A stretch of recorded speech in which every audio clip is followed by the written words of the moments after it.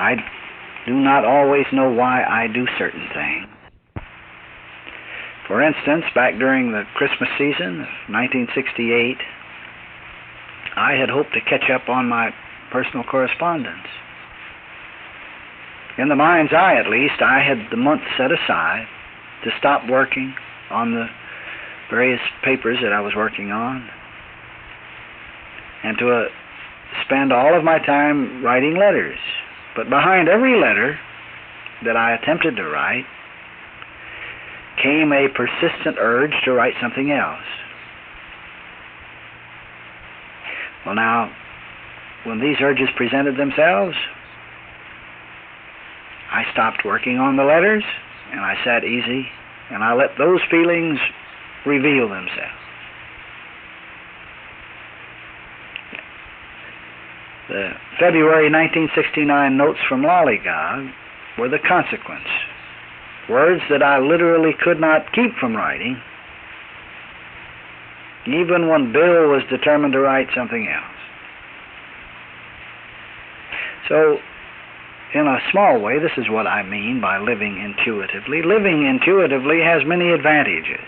It has us sitting easy and rolling with the punches.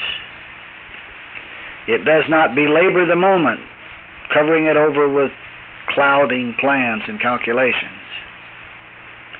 It avoids the disappointments of plans gone awry or calculations falling apart.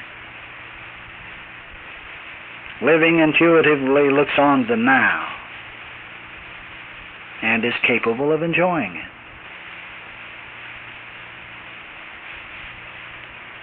Well, of course, to live intuitively doesn't mean that we never make plans. We still make appointments and we keep them. We still serve dinner on time or pay the rent check at the prescribed time. But living intuitively does mean that we stop living by the clock. We stop the incessant planning and calculating, and we relax considerably. You see, there is a happy balance between no planning at all and too much planning. Intuitively living walks a center ground of moderation. Intuitive living is listening attentively to the still small voice.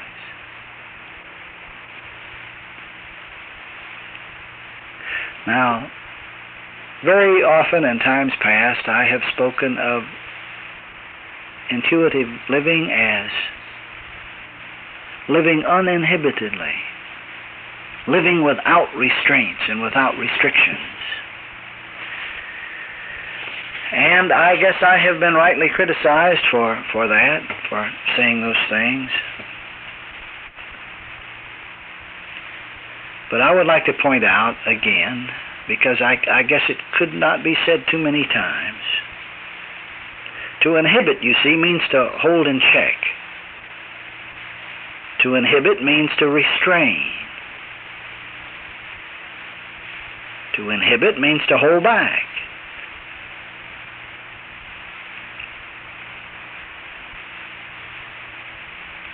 Well, the real identity is the only identity on the scene.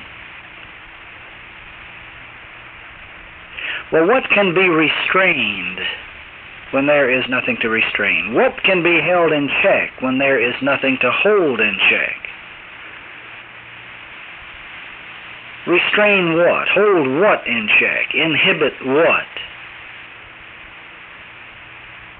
Do we inhibit a belief of mortal mind? Do we restrain or inhibit or hold back a belief of personal sense? Stop and think about it just a minute. Since when can a belief be checked? How can we check a belief or restrain a belief or get rid of a belief The belief only lasts so long as it is given a place, given a power, an importance, a significance, or seen as something to inhibit or to restrain or to check. Belief lasts just as long as one proclaims its existence. Well, now, this is where we butt heads, you see, with common sense. There is a point at which the truth seems diametrically opposed to the general beliefs that the world operates by. In truth, there is no old man to be put off. There is no mortal mind to be overcome, let alone held in check. And in truth, there is no one to act. That is, there is no actor but the real identity. And this identity acts without attempting to restrain, to restrict, inhibit, overcome, defeat, or do away with false belief. Either God is all and unchallenged, or the devil is real. Mortal mind is real. And if it's real, we can't get rid of it anyway. Consequently, I have found it wise for myself, to act without inhibition, without restraint, without reticence.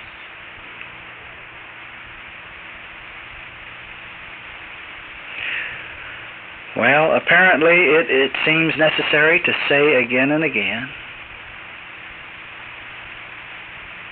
to a certain aspect of myself that would argue about this,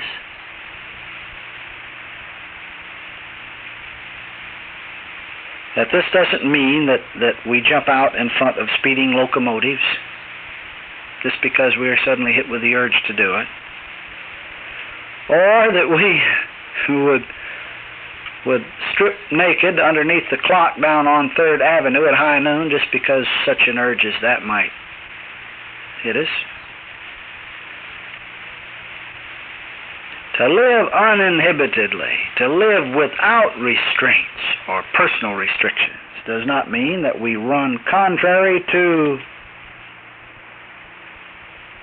quote, sensible, unquote, intelligent, personal actions that will be condemned by the moral world.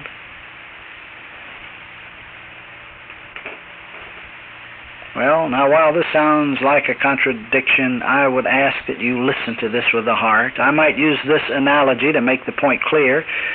We know that matter is unreal, but we still don't go and stick our hand in a buzzsaw, do we? By the same token, just because we know there is nothing to inhibit us, or nothing for us to inhibit, does not mean that we give vent to the first impulse that the appearing scene might motivate, any more than we would stick our hand into a buzzsaw. The knowledge that matter is unreal doesn't mean that what appears to be matter isn't something. The knowledge that there is nothing to let go doesn't mean that mortal mind or personal sense or ego isn't something. Now, the something that it is a far cry from our old concept about it. And I can assure you that what it really is not something that we are supposed to do battle with. I have found, and I might say just don't worry, because any incorrect actions that anyone makes will be called to his attention immediately by means that will make that will make it very clear what to do about those actions.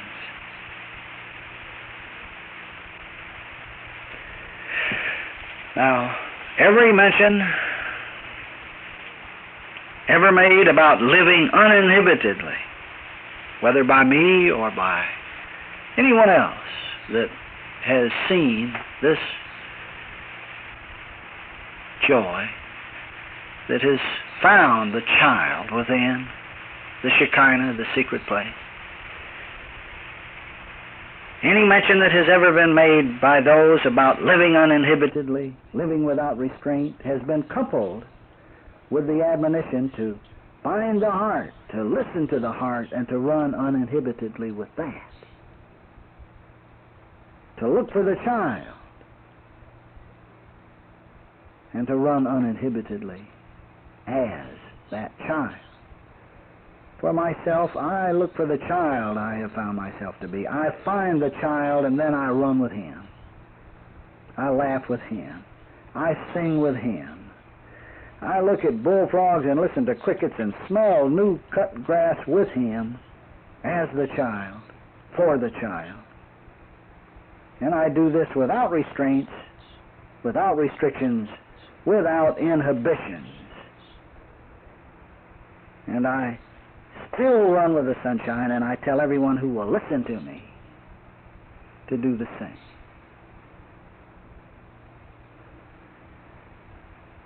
But I know how the intellect of us listens to these very words right here and hears something else and shouts what it hears and then tries to live that to its own awful agony, excusing itself for its actions under the pretense that after all God is all and so therefore I can do this or that or something else. But, you know, even when that mistake is made, and I think that all of us make such mistakes, even that isn't bad, and it isn't, in my opinion, even necessarily to be avoided, because it just seems to be a lesson along the way. We find that we cannot do and use God as a pretext for that doing or as an excuse for that doing.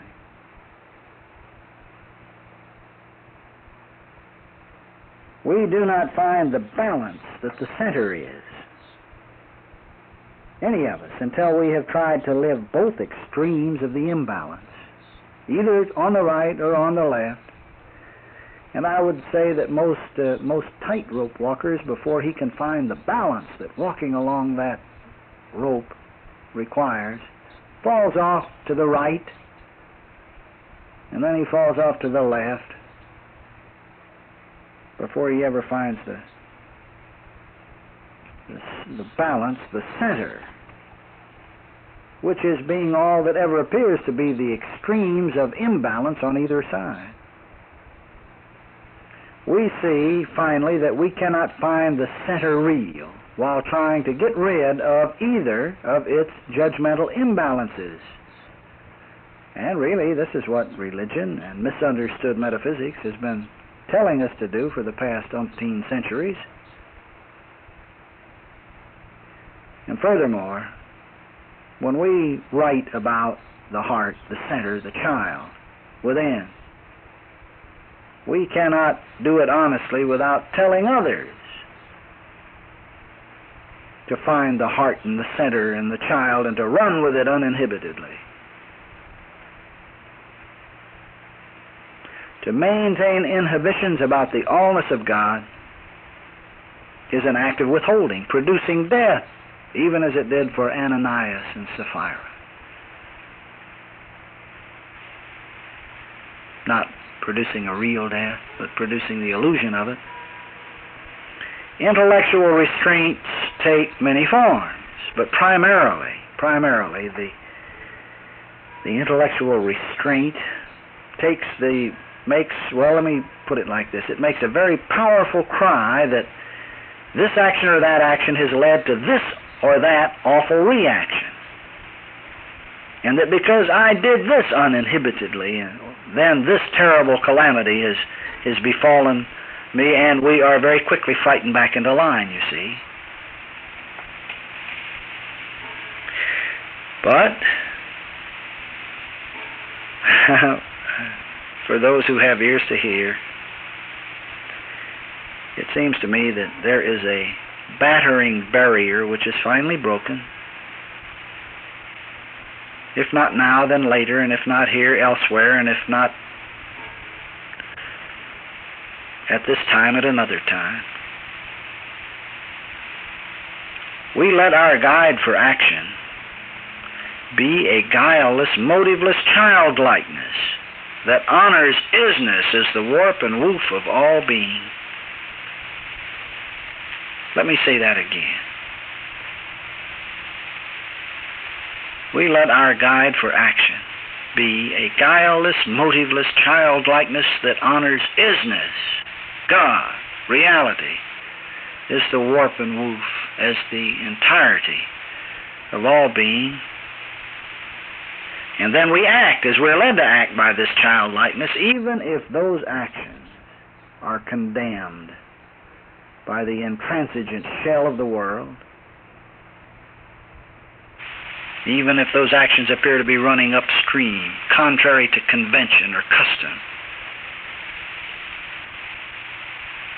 And we act enthusiastically, and we act wholeheartedly, and we act without restraint or restriction, knowing there is nothing erroneous to restrain us, and knowing that there is nothing erroneous to be restrained, not even erroneous personal belief, not even a mortal mind, not even error. Either isness, allness, reality is unchallenged, or the devil is real.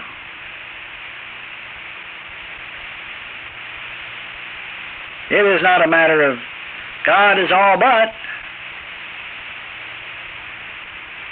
God is all, period.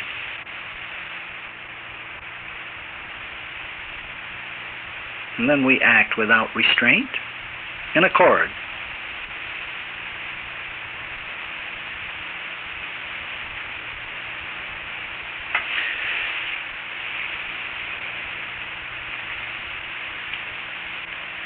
Well, it looks like all of you have understood. I'm glad.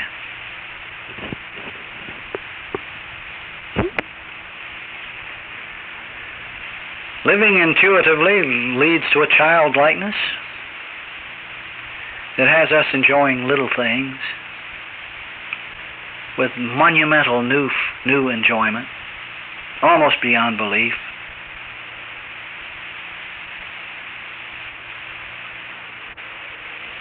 Another one of my special places is just a simple patch of woods along the river. An ordinary woodland to most folks, but quite special to Ruby and me. Sweet gum and hickory there, Virginia pine, loblolly pine, an occasional willow oak, maybe a few water oaks, and a few scrubby blackjacks here and there. But now these are ordinary trees found in many places. Oh yes, there is one wondrous water chestnut oak, no, swamp chestnut oak that overhangs the water's edge. It's just off Old Sweet Gum Trail. It's a trail that's been named for the golden beauty of those trees. The sweet gum turns into a beautiful yellow in the fall. And Old Sweet Gum Trail has yielded a lot more than one arrowhead to Ruby and me as we kick the pine cones there. But it isn't the trail or the chestnut oak or the water oaks or anything else that makes this a special place to me. It's the sassafras tree. A whole big patch of sassafras trees.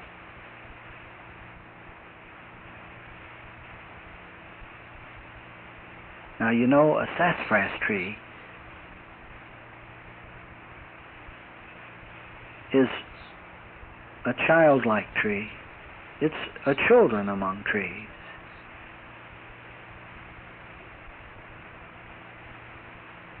And something just as simple as that is capable of, as the kids say, turning us on.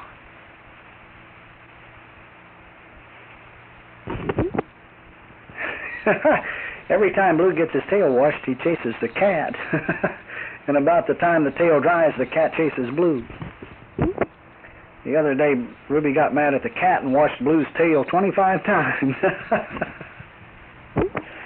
The truth is always timely. Sometimes it doesn't appear why certain things break into consciousness, but in time it becomes clearer. Reasons present themselves, and we see why living intuitively is so important. Indeed, when something comes for us to do, we should sit loose and do it, even when the reasons are not completely clear. The heart isn't fooled. We sit loose and make ourselves a clear channel for identity to express itself uninhibitedly.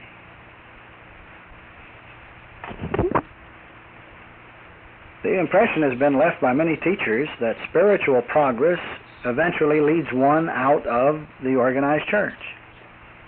Is this true? Well, it is true that many teachers who have left the assorted movements teach this. Their experience perhaps indicates to them that it will happen inasmuch as it's happened to them. Have you noticed that the most vitriolic anti-organization statements usually come from the excommunicated? Yet those who have withdrawn voluntarily are not always, it appears, quite so certain that withdrawal is an inexorable sign of spiritual progress. Now, my own experience from those who have visited here indicate that some of the withdrawn still have deep-set mental reservations about what they've done. In fact, some are more disturbed after the withdrawal than before, having unwittingly discovered that the causes of their agony was not the so-called binding organization after all, but that the causes of their agony were much more the self-concept that gave its appearance of an organization a power to disturb it. You see, one can withdraw from everything on the face of the earth, but there will be no relief until one stops seeing some aspect of himself to condemn.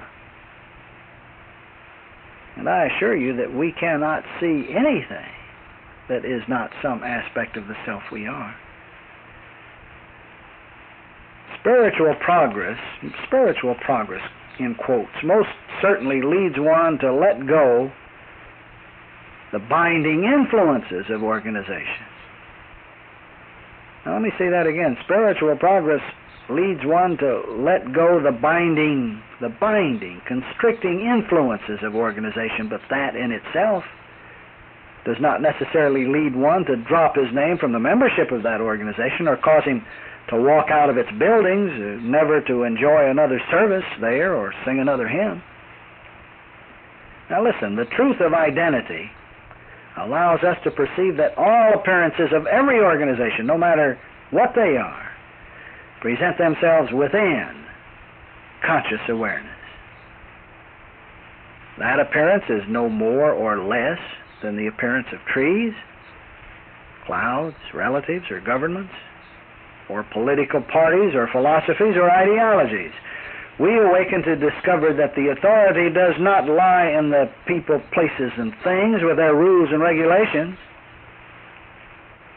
but in the isness being aware of the appearances of authority. That is, the church is an aspect of identity, not something that teaches, guides, rules, or regulates our affairs.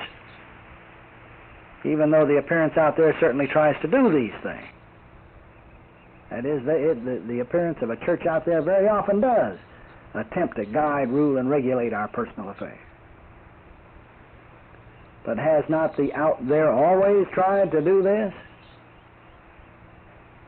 Hasn't the out there always tried to tell us what to do until we stand firm here as the one who has dominion? And God said, let us make man in our image, and let them have dominion over every creeping thing that creepeth upon the earth. So God created man in his own image, and said unto them, have dominion over every living thing that moveth upon the earth. I think that we would have to agree that if anything appears to be a living thing that moveth upon the earth and is spreading out all over the earth, all over the landscape, it would be the institutions and the organizations of mankind. But the interesting paradox lies in the organization's dominion over its membership. That is, mankind joins the organization in order to discover his dominion, only to find that very often he allows the organization to do the dominating. But you see, even this is exactly as it is supposed to be, because how else would we live to know that dominion is ours and not the institutions? Not very far from here there is a little Southern Baptist church, a very small, humble structure with double doors in front and a small steeple above. It was a beautiful little building of simple dignity and grace. That's how it used to be. Now, this little church appealed to so many, it was soon bulging at the seams. So an addition was built. And soon there was an addition to the addition. Shortly afterwards, a new sanctuary was built, and the original little building became the wedding chapel. Well, finally, the larger sanctuary had an addition made to it, and then another, and then another. And they went down into the hollow down below, and down there they built another one. Another addition. Well, about this time, the membership got together and decided to do things upright.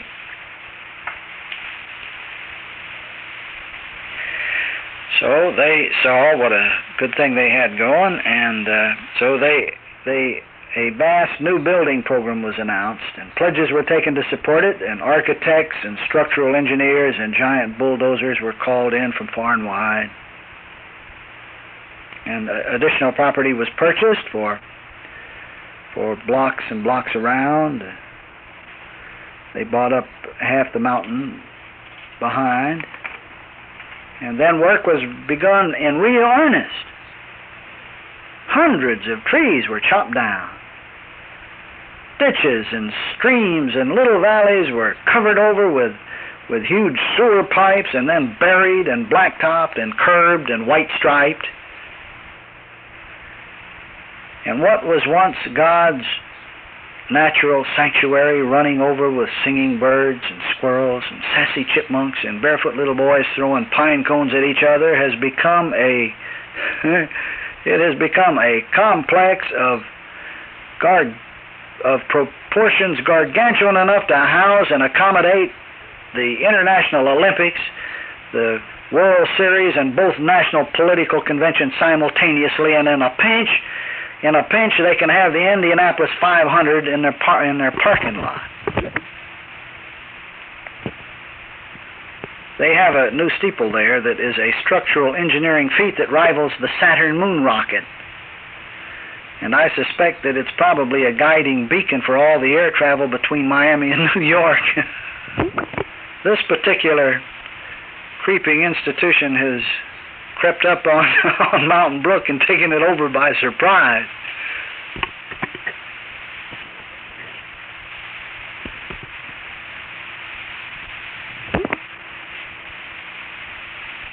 And God said, let us make man in our image, and let them have dominion over every creeping thing that creepeth upon the earth. So God created man in his image, and said unto them, have dominion over every living thing that moveth upon the earth. The dominion is ours. Dominion is our birthright, our heritage from the beginning.